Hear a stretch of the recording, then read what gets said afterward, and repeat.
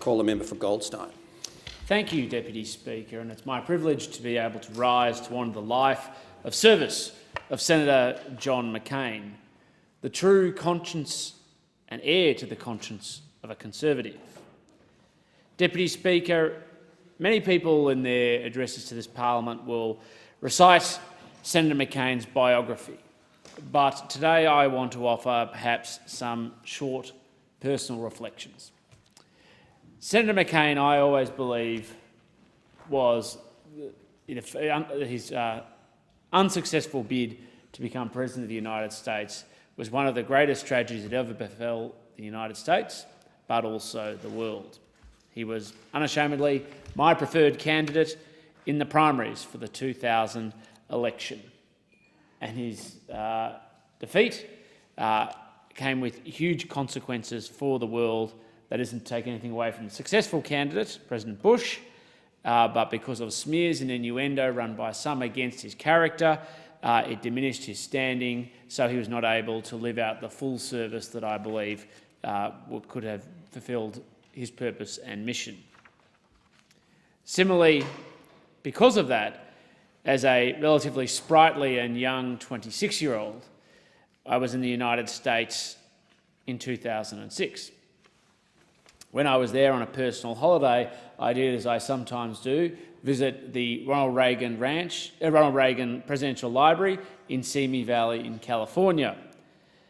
Of course, when I was 26, only newly out of university, rummaging through my pockets for what little money one had to be able to travel, Deputy Speaker, by pure coincidence, the day that I happened to visit the Reagan Presidential Library was the day that John McCain was speaking there in the lead up to the forthcoming presidential election and whether he was going to be the Republican candidate.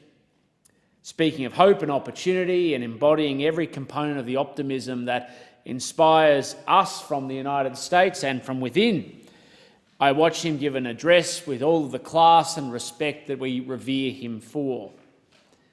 And it was one of the greatest privileges, of course, of my life to be able to do so, to see a man who lived his values in word and deed and in service to the community. Of course, like everybody else in this chamber, I had the privilege of being able then to shake his hand for the first time when he visited our parliament shortly before his diagnosis earlier this year. And what I always respected about Senator McCain was that he was a man who lived his values.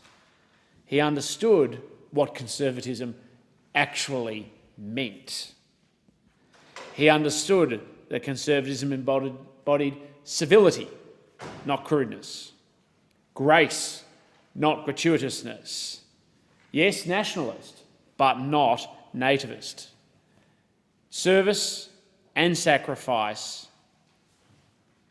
And frankly, many people who make claim to the moniker of conservatism today would do extremely well to learn and listen to his example.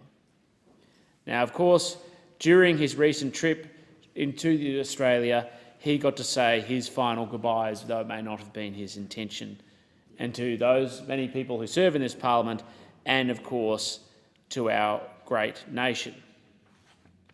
But when I, like many others, went to shake his hand and pay honour and respect to his service, though a giant in many ways, he had a quiet, humble gentleness with the empathy of the true compassion that is embodied in true conservatism. So to Senator McCain, we give thanks. And as he passes into eternity, we say, may he rest in peace. Thank you, Tim.